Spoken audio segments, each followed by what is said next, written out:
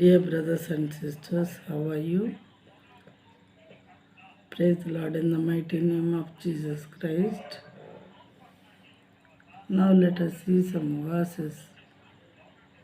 First one is from the book of Matthew, chapter 12, verse 31.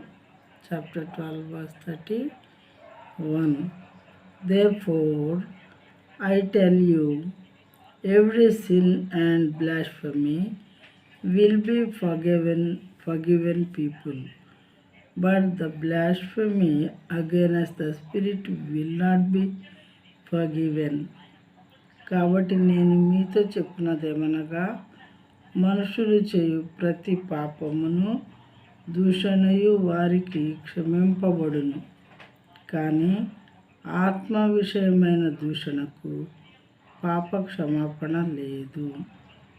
ఆత్మ విషయమైన దూషణకు పాప క్షమాపణ లేదు అంట. ప్రియమైన వారారా, మనుషులు అనేవాళ్ళు, మానవులు అనేవాళ్ళు మరి చేసేటటువంటి ప్రతి పాపము, దూషణ, ఇలాంటి వాటి విషయంలో దేవుని పాదాల దగ్గరకు వచ్చి క్షమాపణ అడుక్కు, నన్ను క్షమించి తండ్రి, మరొకసారి ఆ రకమైనవి చెయ్యను అని బ్రతిమాలుకున్నట్లయితే ఆయన క్షమిస్తారంట. కానీ పరిశుద్ధాత్మ విషయంలో, ఆత్మ విషయమైన దూషణకు పాప క్షమాపణ లేదు.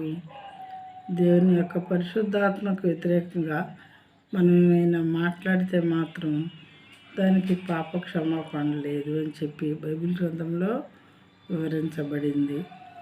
పరిశుద్ధాత్మని ఎవరు కూడా దూషింపకూడదు. దేవుని ఆత్మను ఎవరూ దూషించకూడదు, తేలిగ్గా మాట్లాడకూడదు. అలా చేస్తే పాపములు అనేది, అసలు ఆ పాపం అనేది క్షమించబడదు అని చెప్పి దేవుడు చెప్తున్నారు.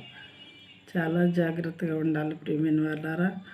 ఒకవేళ ఎవరికైనా తెలియకముందు పరిశుద్ధాత్ముడు అంటే ఇంత గొప్ప మరి పవరా అని చెప్పి తెలియనటువంటి వాళ్ళు తెలియకముందు ఒకవేళ దూషించినప్పటికీ తెలిసిన తర్వాత పొరపాటును కూడా దేవుని ఆత్మ విషయంలో మరి అలాంటి మాటలు పలకకూడదన్నమాట.